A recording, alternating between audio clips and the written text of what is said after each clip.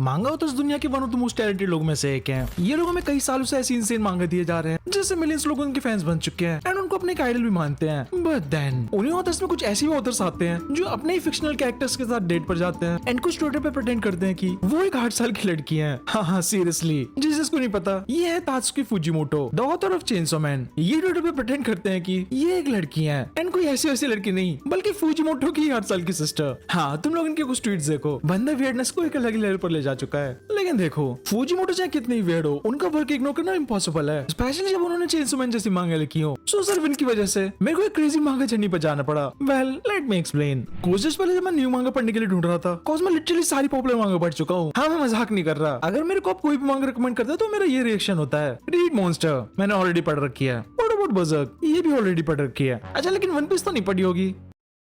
I mean, you get my point. So मेरे को बस एक ऐसी मांगा पढ़नी थी जो मैंने आज तक नहीं पढ़ी हो एंड ऑब्वियसली इस मांगा के बारे में इंडिया में कोई भी बात ना करता हो। So सिर्फ इसी वजह से मैंने अपने YouTube पर ये पोस्ट डाला, रिकमेंड मी 30 मांगास, चाहे वो कैसी भी हो। अब ऑब्वियसली उसमें मेरे को बहुत सारे रिकमेंडेशन मिले थे, जिसमें से कुछ लोगों के रिकमेंडेशन बहुत अच्छे थे, लेकिन कुछ लोगों के रिकमेंडेशन पढ़कर मेरे को तेजाब से आके धोने का मन कर रहा था। एनीवेज, मेरे को बहुत सारे रिकमेंडेशन मिले थे, बट उसमें से मेरे को एक अलग रिकमेंडेशन आया था मेरे इंस्टा पर। हाँ, मेरा एक सब्सक्राइबर है नो होप नेम से, उसने मेरे को इंस्टा पे बोला कि भाई रीड फायर पंच, ये एक बहुत यूनिक होलसम मांगा है जिसको तात्सुकी फुजिमोटो ने चेनसो मैन के ऑथर ने लिखा है, यू नो चेनसो मैन से पहले। सो सिर्फ इस मैसेज की वजह से मैंने फायर पंच पढ़ना स्टार्ट कर दिया। एंड हो मैन, मैं आगे बढ़ने से पहले सिर्फ 2 ही चीजें बोलना चाहता हूँ। पहली तो फक यू नो होप मेरे को ये रिकमेंड करने के लिए, and second, this was depressing.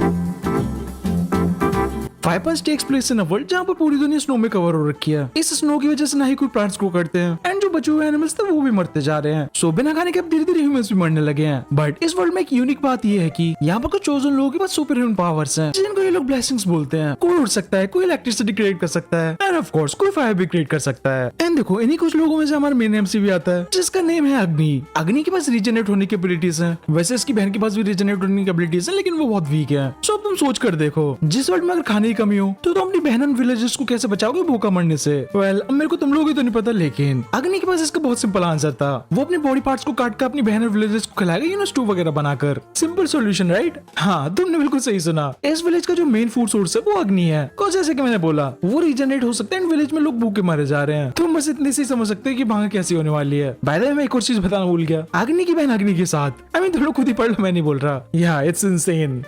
Fujimoto न्यूजन का one of the weirdest author है। क्योंकि रुको, ये सब तो बहुत नॉर्मल था। इसी चैप्टर के सेकंड हाफ में सारी चीजें एक अलग ही लेवल पर जाने वाली हैं। कुछ टाइम बाद अग्नि के विलेज में मिलिट्री ग्रुप आता है शेल्टर लेने के लिए, बेसिकली खाना ढूंढने के लिए। सो जब ये मिलिट्री ग्रुप आकर विलेज को छानता है, तब उन्हें लोगों के घरों में खाने की जगह क्या मिलता है? अग्नि के कटे हुए लिम्स। ये सब देखकर मिलिट्री ग्रुप का कमांडर, जिसका नेम था डोमा, वो डिसाइड करता है कि अब ये लोग यहाँ पर शेल्टर नहीं लेंगे, बिकॉज़ ये सारे लोग ह्यूमंस नहीं है। सो वो बेसिकली डिसाइड करता है पूरे विलेज को डिस्ट्रॉय करने का, बिकॉज़ ह्यूमन फ्लैश खाना एक एक्ट अगेंस्ट गॉड है। हमें बताना भूल गया, अग्नि की तरह डोमा के पास भी सुपर ह्यूमन पावर्स हैं। ये basically never ending fire create कर सकता है, जिससे जब तक उसका टारगेट मरेगा नहीं, तब तक फायर खत्म नहीं होने वाली। सो डोमा नेक्स्ट पैनल में ही पूरे विलेज को जला देता है, जिससे सारे विलेजर्स भी मर जाते हैं, सिवाय अग्नि एंड उसकी बहन के। नाउ रिमेंबर, अग्नि एंड उसकी बहन के पास रीजनरेट होने वाली पावर है। सो अग्नि एंड उसकी बहन अब कॉन्स्टेंटली जले जा रहे हैं। ये लोग बहुत स्ट्रगल कर रहे हैं, चिल्ला रहे हैं, लेकिन मर नहीं रहे, कॉज इन लोगों की बॉडी पूरी जलने से पहले रीजनरेट होने लगती है। बट जैसे कि मैंने स्टार्टिंग में बोला था, जो अग्नि की बहन है लूना, उसके पास भी रीजनरेट होने की एबिलिटीज है, लेकिन वो बहुत वीक है। सो बहुत टाइम तक जलने के बाद लूना की बॉडी इवेंचुअली गिव अप कर देती है एंड वो अपनी पूरी दम लगाकर अपने लास्ट मोमेंट में अग्नि से हंसते हुए बोलती है कि लिव। एंड फाइनली यहाँ पर लूना ये कहने के बाद पूरी जल जाती है।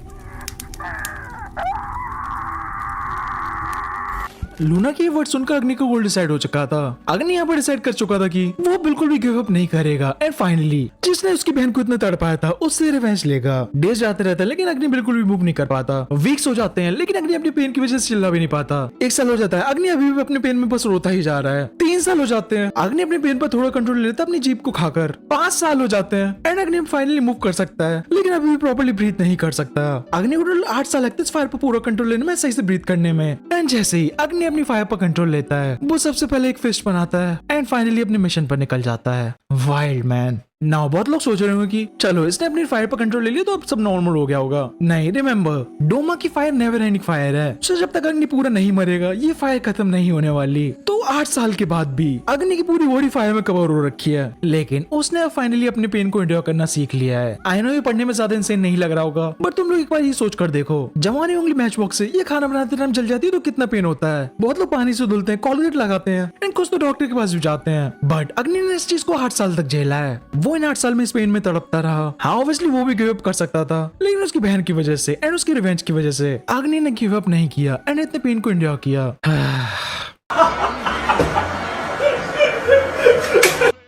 फूजिमोटो से बस मेरे को एक ही क्वेश्चन पूछना है, भाई सब ठीक चल रहा है ना जिंदगी में? सीरियसली इतना किसी को कोई कैसे ट्रॉमाटाइज कर सकता है? ऐना एक बार और दिल से फक यू नो हो मेरे को ये होलसम मांग रिकमेंड करने के लिए।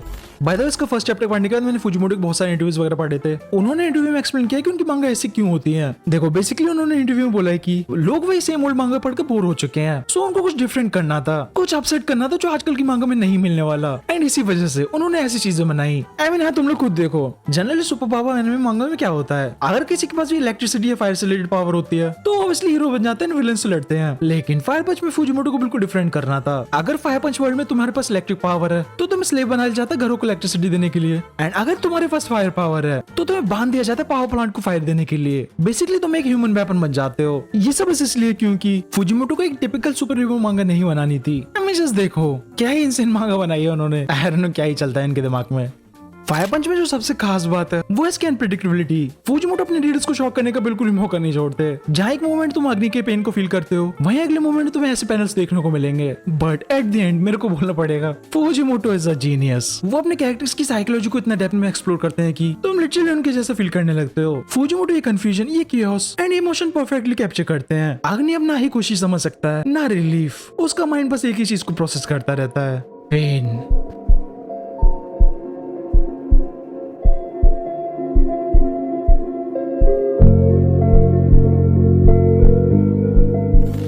सो ये थी यूनिक मांगा नो होप की तरफ से। अगर तुम्हें ट्राई करनी है तो कर सकते हो, एंड अगर तुम्हारे पास कोई अंडररेटेड मांगा तो जरूर बताना।